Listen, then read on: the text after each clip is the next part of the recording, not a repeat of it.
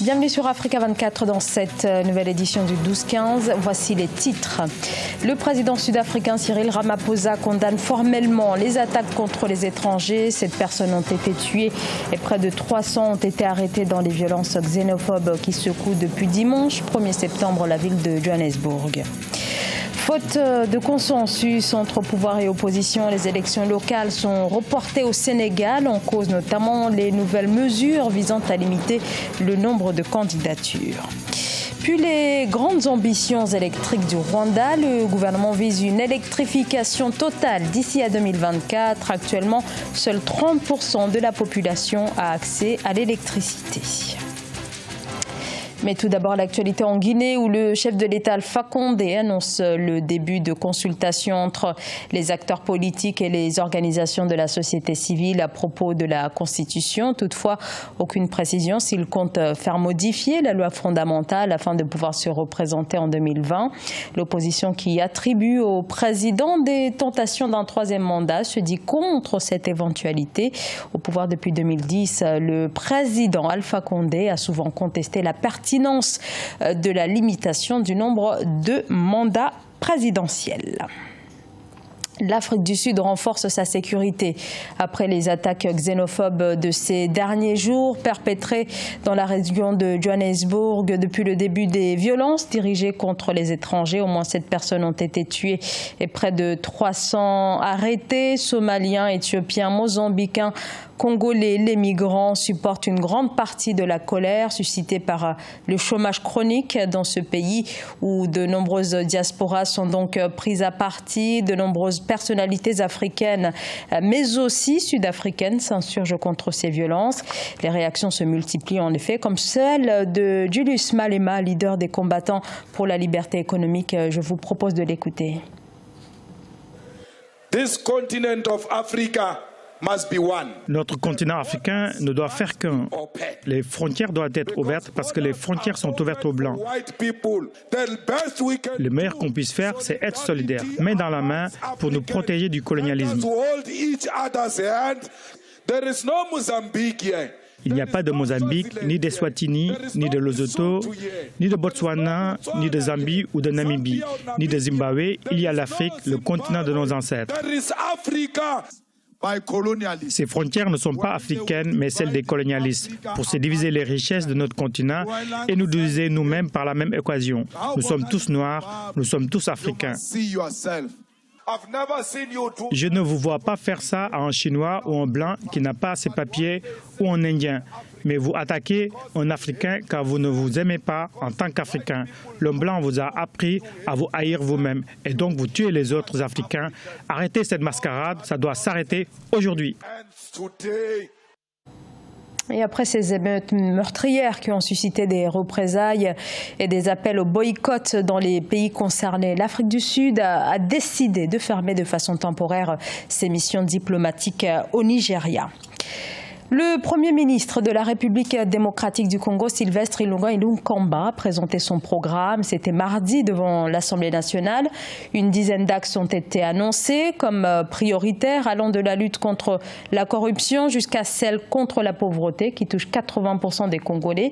Des Congolais qui réclament le changement et la rupture avec les pratiques des dernières décennies. Reportage de notre correspondant Jacques Amboka.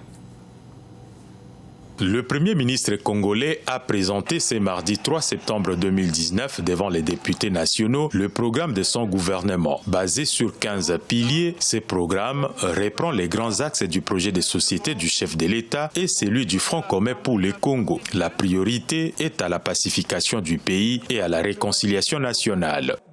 Et sur base du programme convenu entre le Front commun pour le Congo et le CAP pour le changement, mon gouvernement a l'ambition de faire de la République démocratique du Congo un chantier articulé autour des 15 piliers suivants.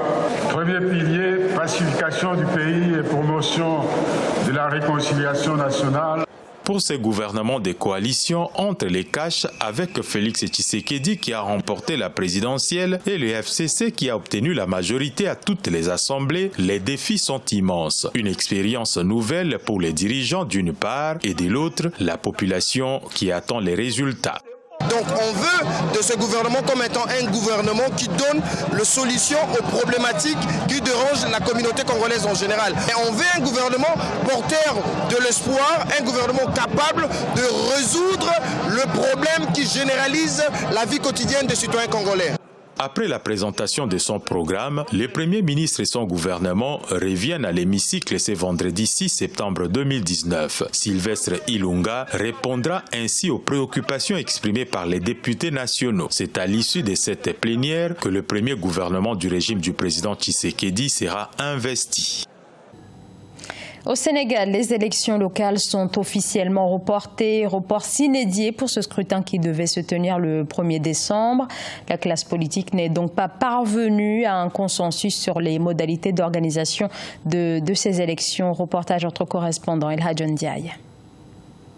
Les élections locales ne se tiendront plus le 1er décembre 2019 selon le ministre de l'Intérieur Aly Ngouille Ndiaye. Ce report permettra de revoir l'audit du fichier électoral, l'instauration d'une caution conséquente et du système des parrainages. Selon lui, un consensus a été trouvé avec la majorité des partis politiques pour qu'elle soit reportée. Donc sur le plan technique, il faut impérativement un report des élections locales. Comme vous le savez, le parrainage depuis 2018 est une réalité au Sénégal pour aller aux élections. Ensuite, de plus en plus, on parle de l'élection du maire au suffrage universel. Du côté du PDS comme du côté de PASTEF, d'Ousmane Sonko, on persiste à s'opposer au report. Mieux, certains semblent attendre avec impatience le décret portant report des élections pour pouvoir le porter devant les juridictions. Aucune surprise de ces reports pour le PASTEF.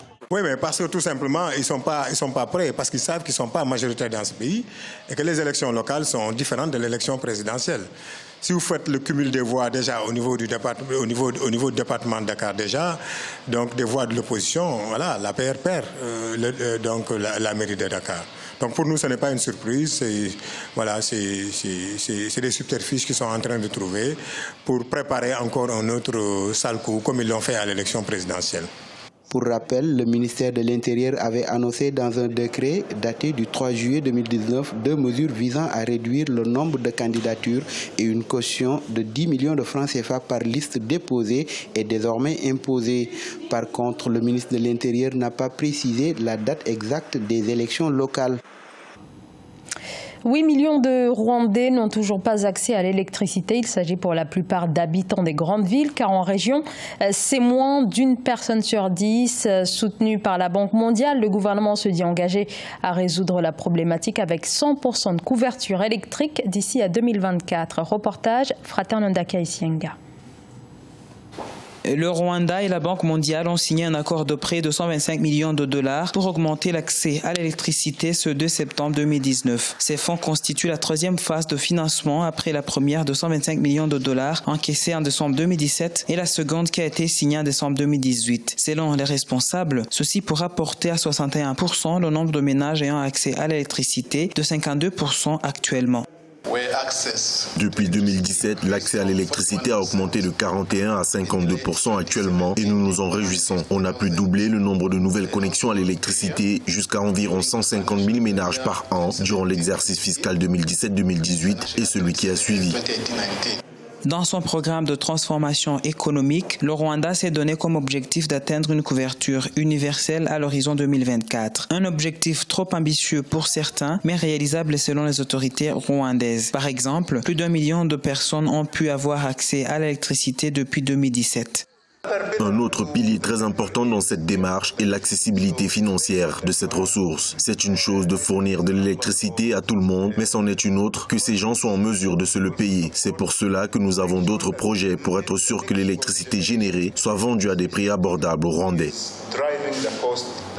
À part le secteur de l'énergie, la Banque mondiale intervient aussi dans les secteurs comme l'agriculture, le transport, la réduction de la pauvreté et la nutrition. Le total des fonds pour l'ensemble de ces secteurs est estimé à 761 millions de dollars américains. Les efforts d'électrification nationale classent le Rwanda parmi les pays à l'avant-garde pour atteindre les objectifs de développement durable. Ce journal a été réalisé par l'ensemble de la rédaction. Merci de votre fidélité. Dans un instant, une nouvelle édition de l'actualité sur Africa 24.